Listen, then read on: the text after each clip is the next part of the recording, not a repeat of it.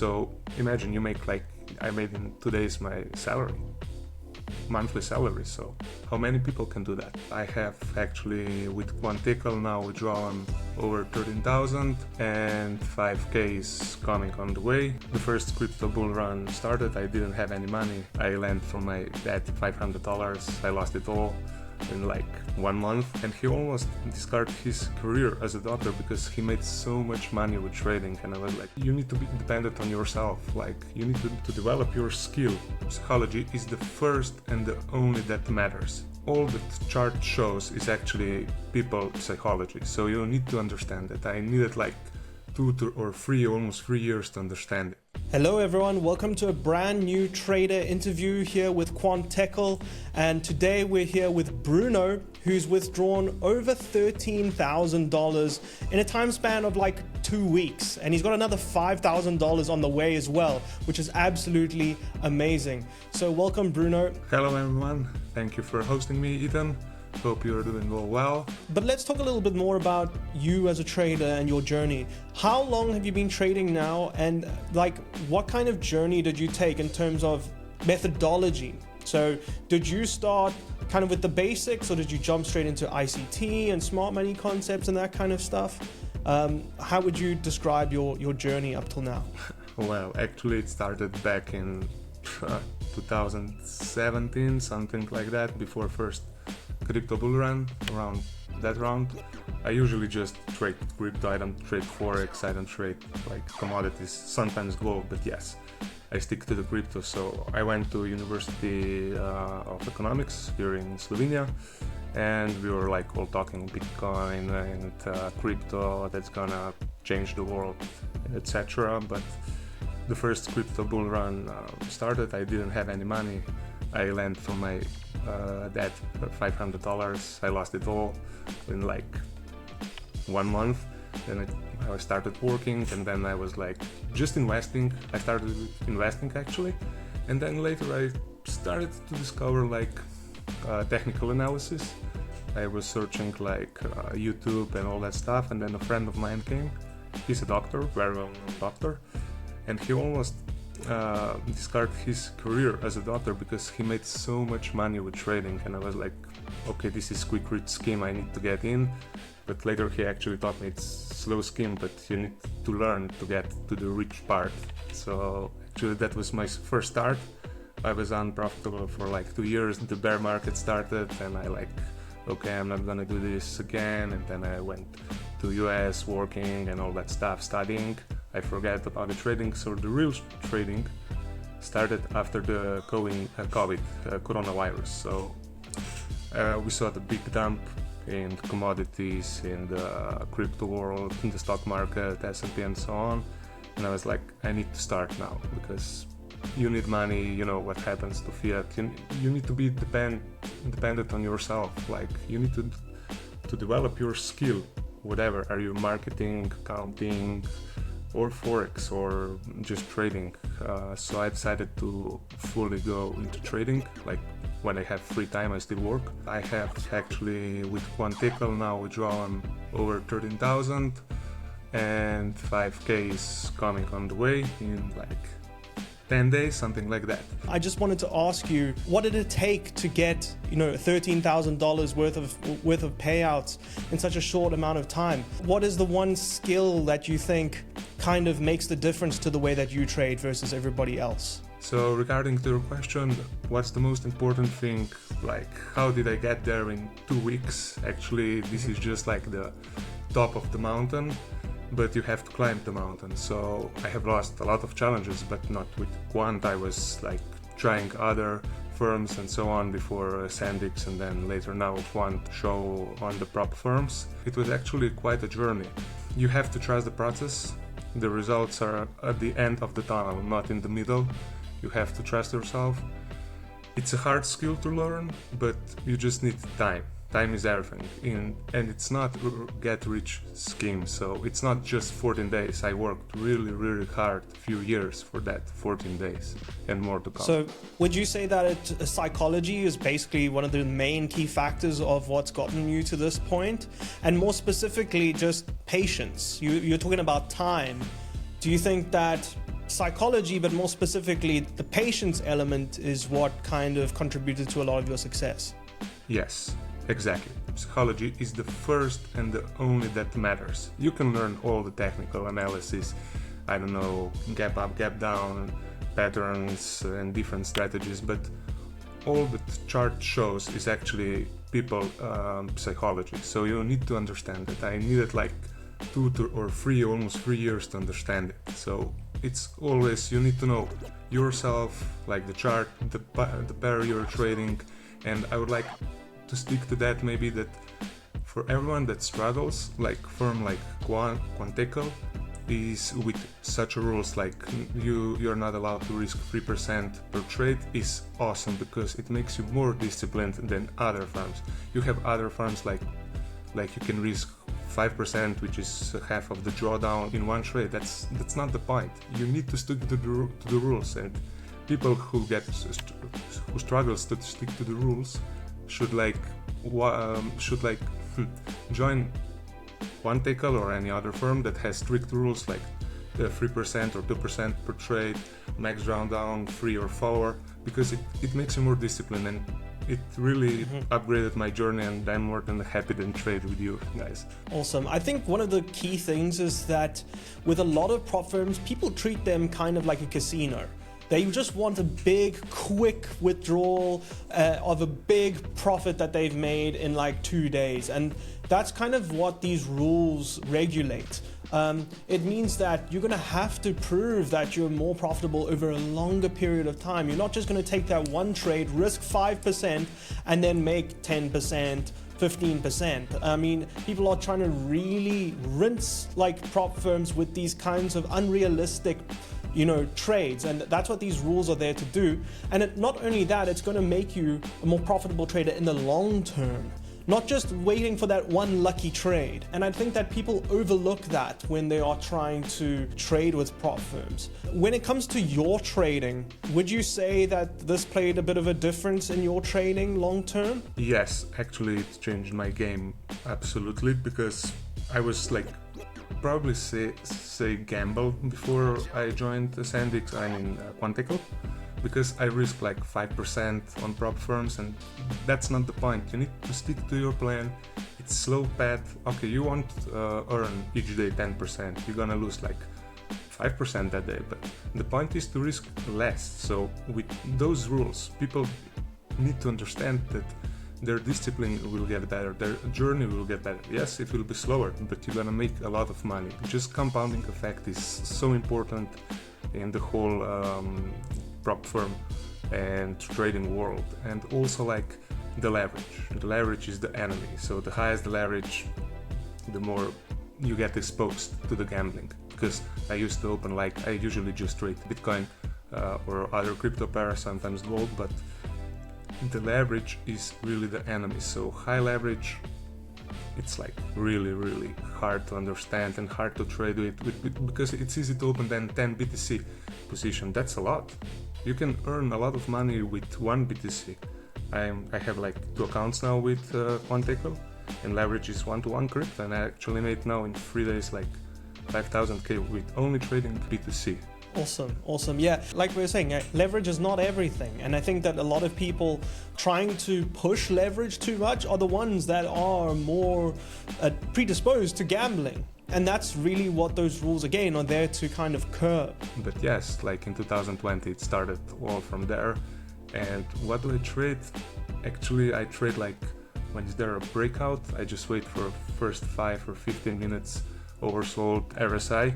I just wait for the entry, I see some price levels, I try to actually keep my chart as clean as possible, just price action, because all the other indicators are just like libraries. I have help with RSI, but that's all. So actually I'm trading really for 2 years, I would say, altogether. Awesome. And would you say, you said you had that friend of yours that was a doctor that you saw was trading and making a ton of money. Do you think that that was what kind of indicated to you that this is viable? Because a lot of people only see people on social media making money with trading, and they write it off as totally impossible, and that those people are putting it on social media just so that they can sell their course. But you had the advantage of seeing a friend close to you that already made money as a doctor and wanted to leave being a doctor to follow trading, and that kind of proves that he was making money and it's possible. Do you think that that helped you a lot in your journey and getting started and being encouraged to become a trader? Yeah, I mean, imagine you study for like 6 years and then you have that specialization for doctors like 2 years or maybe even 4, so you spend like 10 years not making a lot of money. You make some money, but then he made like, I think he said in 2 weeks he made like the whole salary from one of the better doctors, and I was like, if he's capable of that, okay, I'm not as smart as he is, but he can show me some tips and so on. I sat with him, now he's in Switzerland, I think so.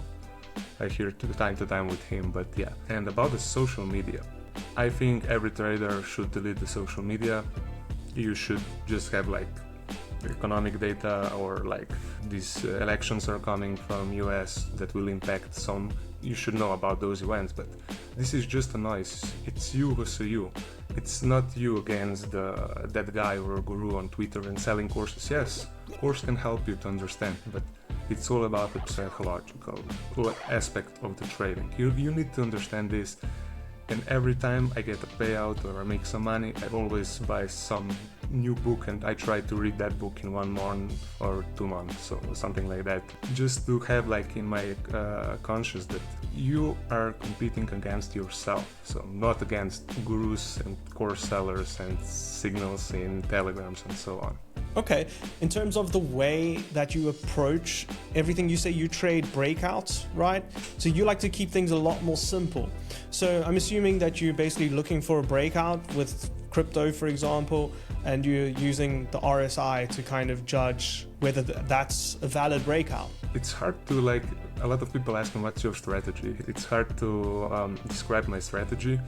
Yes, I usually trade like if it's like breakout and then I wait first 5 minutes oversold, 15 minutes oversold, 1 hour oversold, but those can happen just in a special environment. If it's another environment, then I just like I look at most like scenarios. So for example, if you have 4 hour higher high and then higher low and higher high, then I will try to nail that high 4 hour next 4 hour higher low.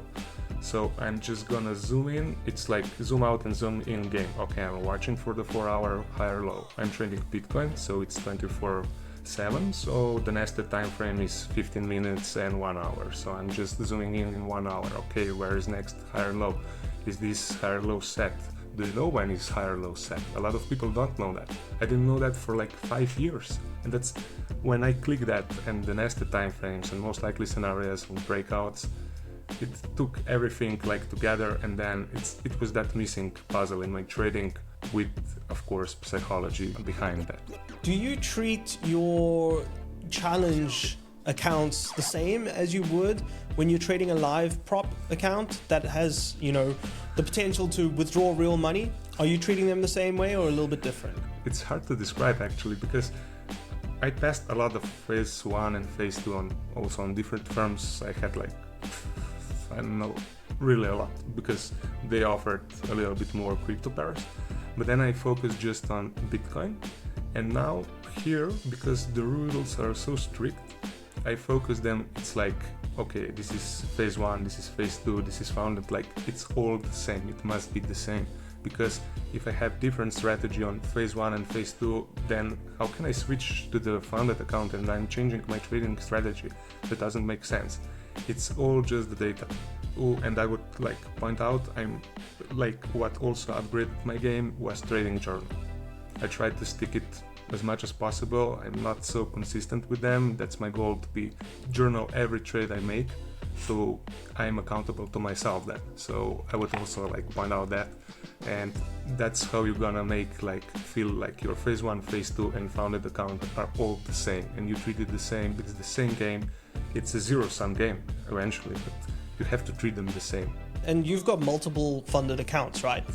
Yes, I mean currently I have 2. Do you trade them together, or do you trade them separately and take different trades on each one? I trade the same pair.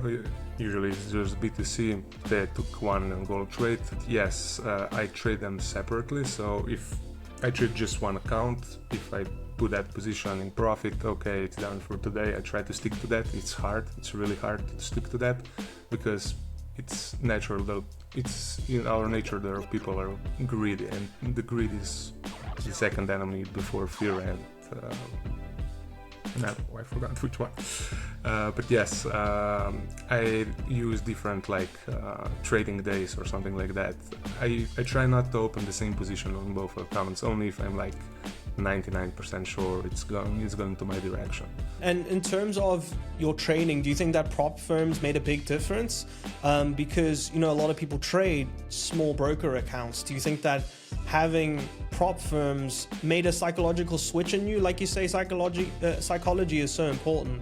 Do you think that it helped in that way? Yes, because I don't come from a lot of money. I can just put like 100k in my broker and just trade it, or in Binance.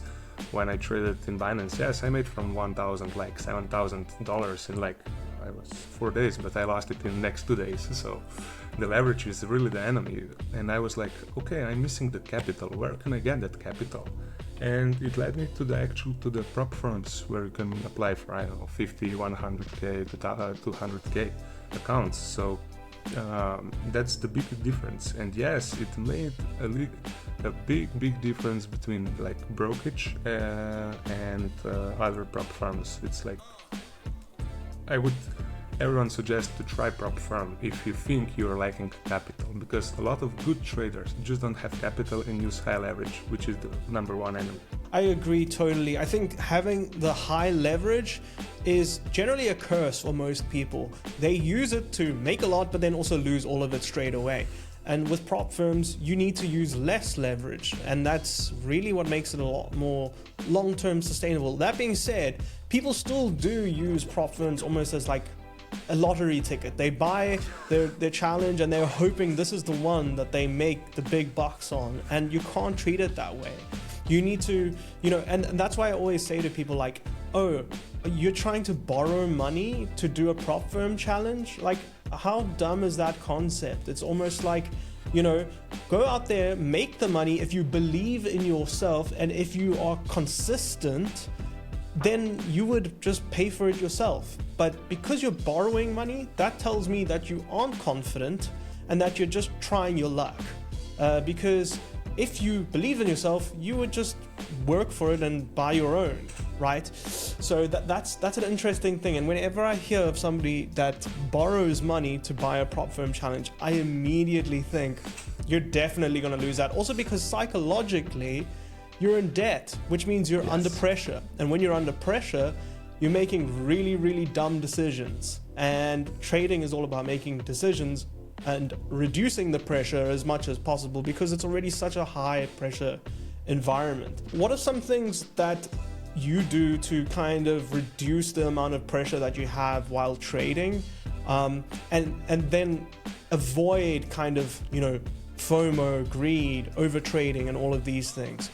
How do you avoid those issues when it comes to trading?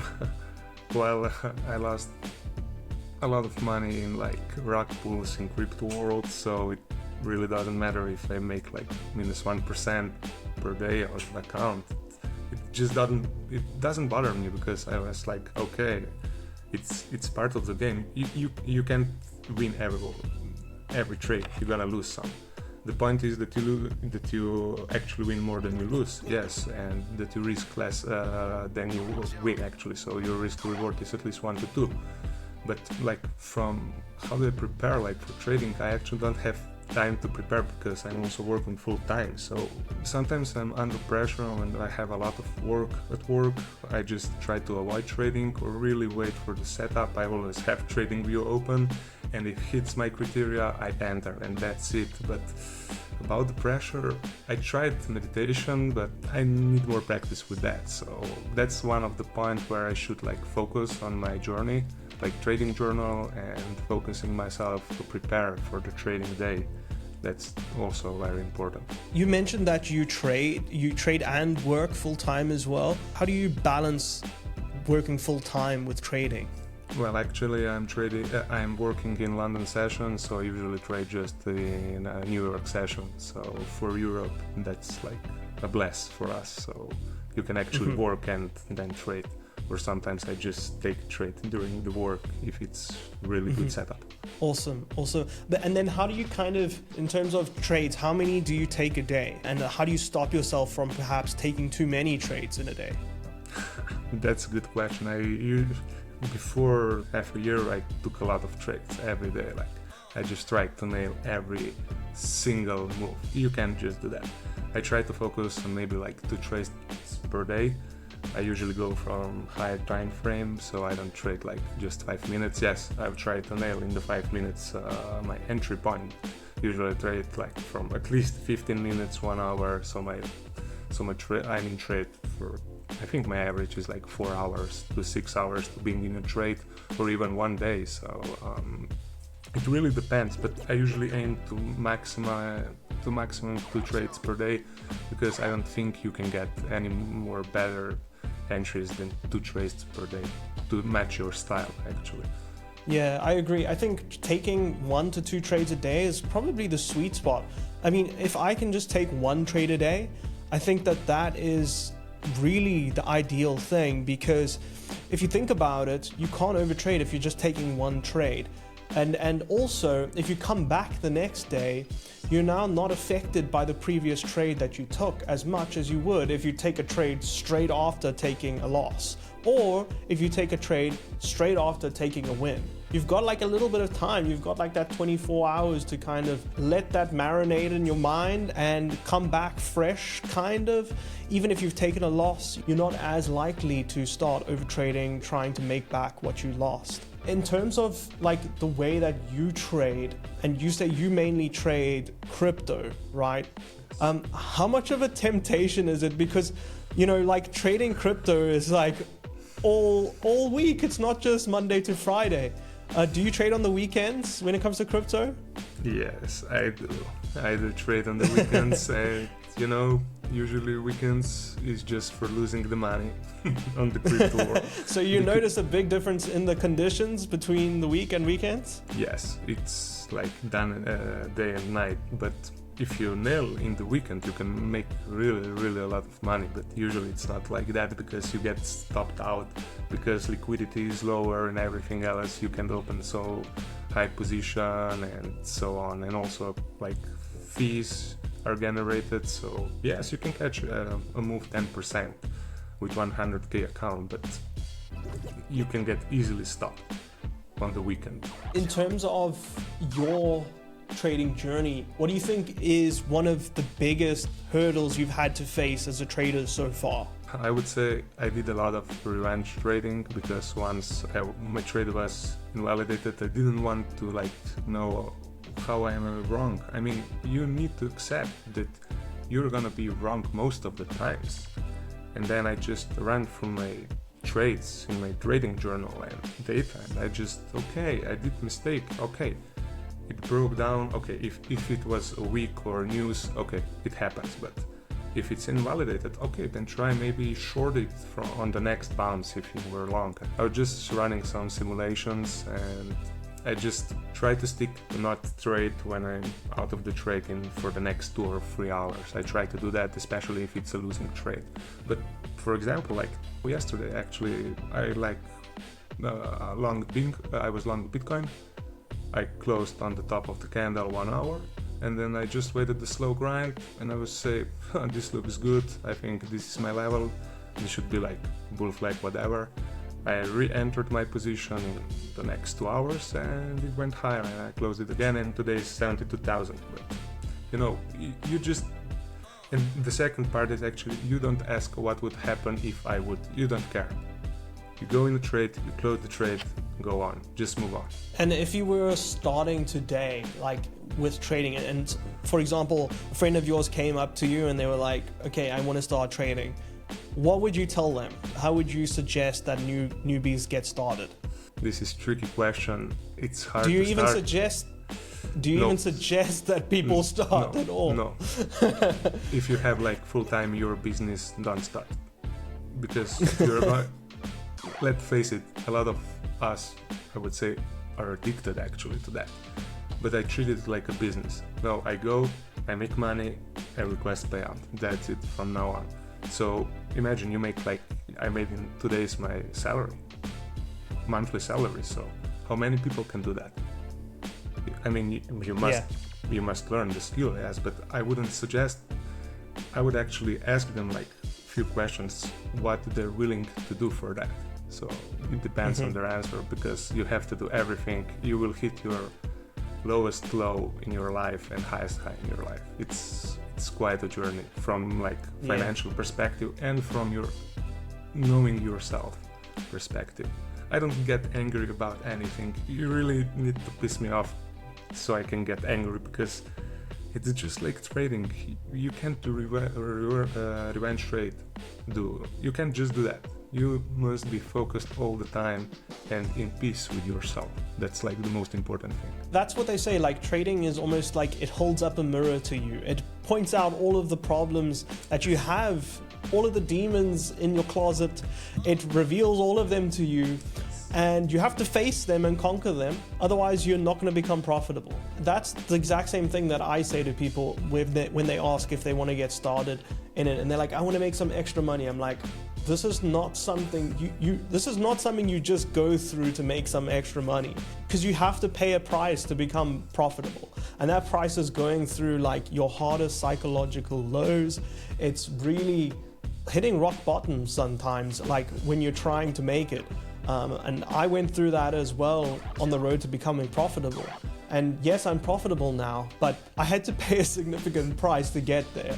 And I probably wouldn't suggest it to most people. You need to be pretty strong, and you need to have a really good reason for why you're doing it. Otherwise, you're not likely to follow through. Most people don't follow through, and that's why 95% of people fail. Yeah, Bruno, it's been great chatting to you, man. I'm really glad that we could learn a little bit more about your journey, and I think a lot of people are inspired by how well you're doing. I'm sure you're going to do a lot of payouts that are upcoming. Like you said, you've got a $5,000 payout coming up soon with Quant Tekel. Thank you very much for chatting with us, man, and please do keep us updated with your journey. Thanks so much for having me here. Awesome, man. Cool, everybody. Thank you very much for watching. We'll see you in the next episode of our trader interviews here on Quant Tekel.